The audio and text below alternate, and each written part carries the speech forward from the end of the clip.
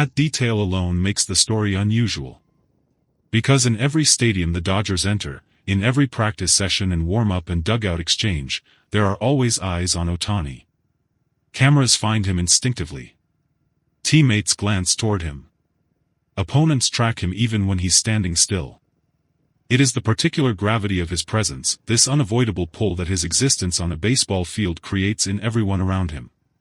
But in that moment, nobody was watching him. Because everybody was watching Miguel Rojas. Rojas had gone down in a way that made the entire dugout go quiet.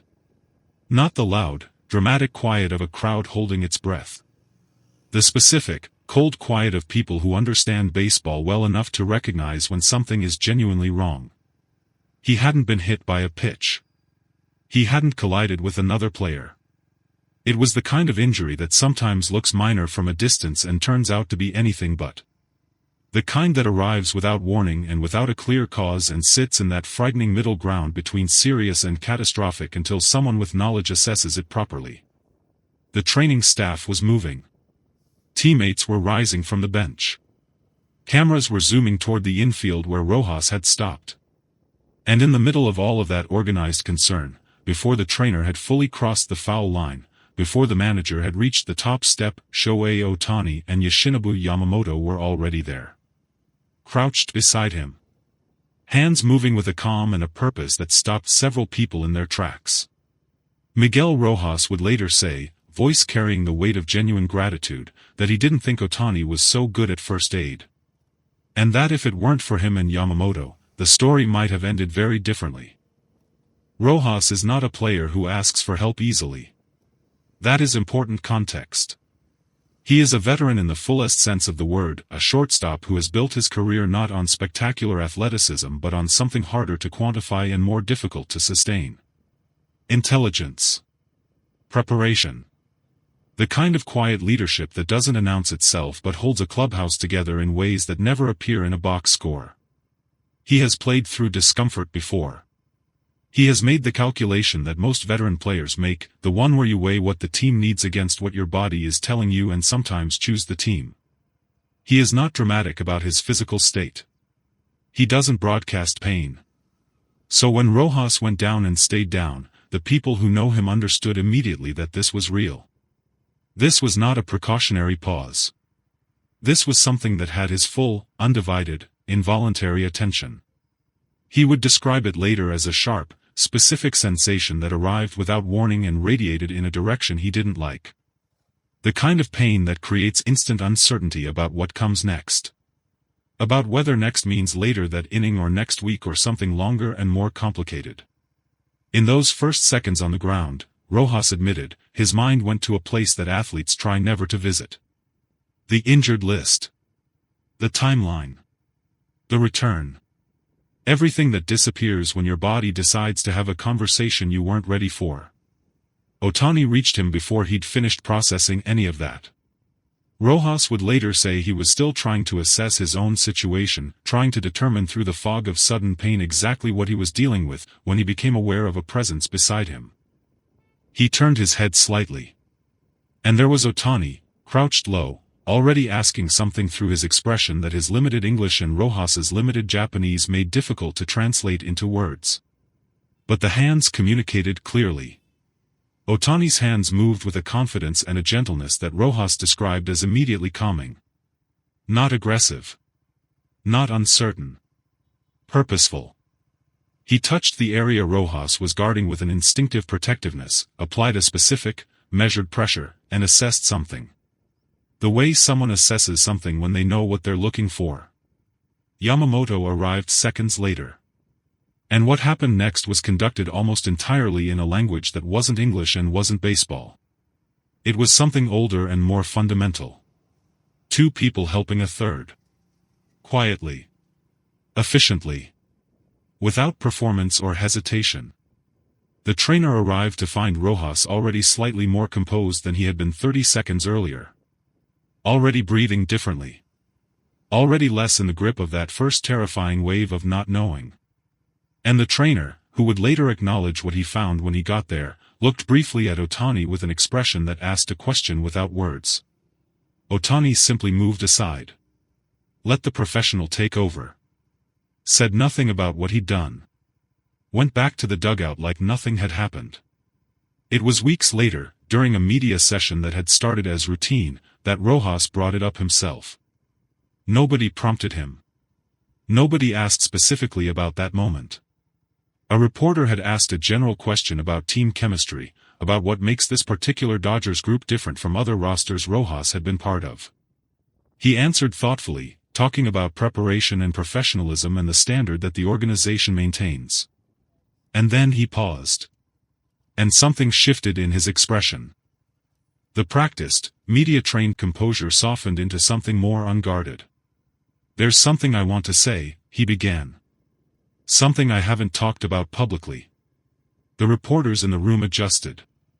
Leaned slightly forward in the way people do when they sense something real is coming. Rojas looked down at the table for a moment. Then back up. "When I went down out there," he stopped. Started again. "I didn't know how bad it was. In those first few seconds, you don't know.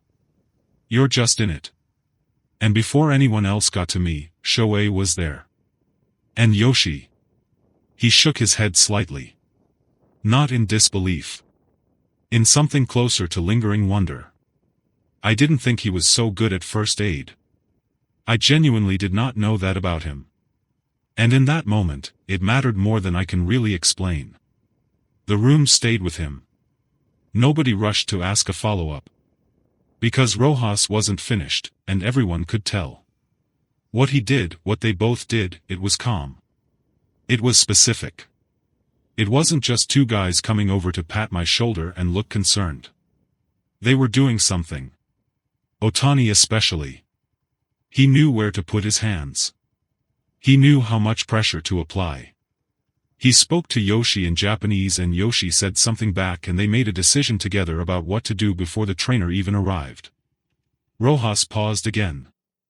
"I think if they hadn't stabilized what they stabilized in those first seconds, if I'd moved wrong, tried to get up too fast, it could have been significantly worse." The trainer said as much afterward.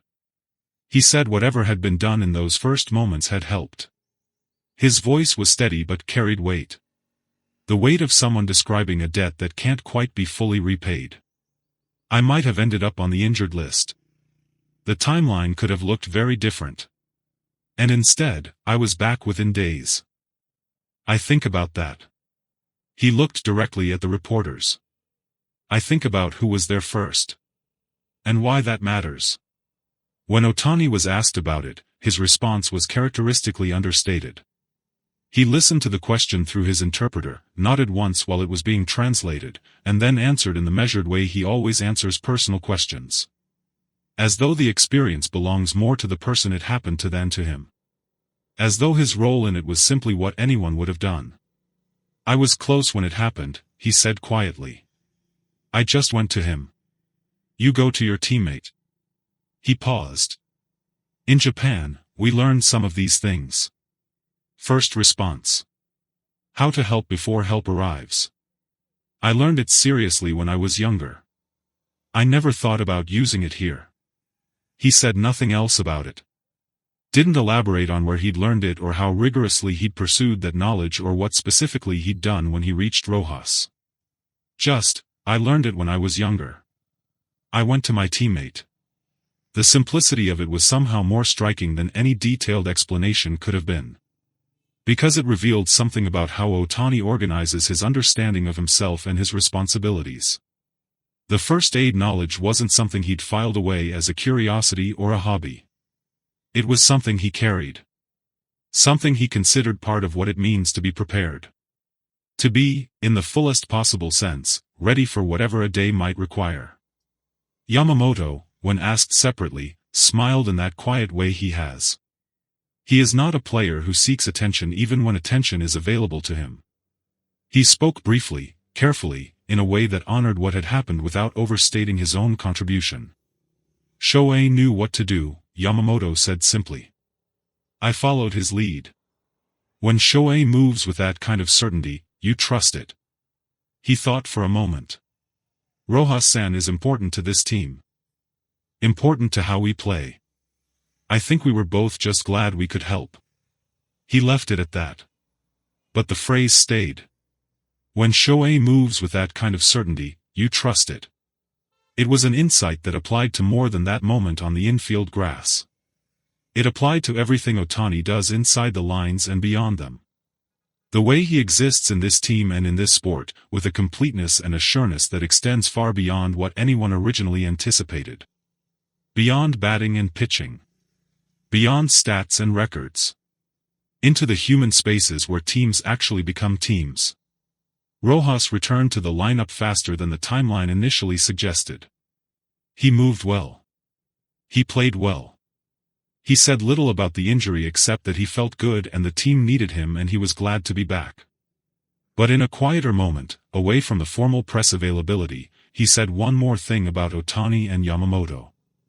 About those first minutes on the grass when everything was uncertain and two teammates arrived before anyone else. In this game, Rojas said, you learn quickly who shows up when it's easy. Everybody shows up when it's easy. Everybody claps after a home run. Everybody celebrates a win. He paused. But who shows up in the seconds when it's not easy? When it's just, someone is down, and something needs to be done, and nobody's sure what yet? He was quiet for a moment. I know who showed up for me. I won't forget it. And that was the whole story. Not the injury. Not the recovery. Not the first aid technique applied correctly under pressure. The story was simpler and more permanent than any of those things. Two teammates moved toward their fallen teammate before anyone else did. Before the cameras found the moment. Before the protocol kicked in. Before the world was watching. They just moved. Because that is what you do. And Shohei Ohtani, who already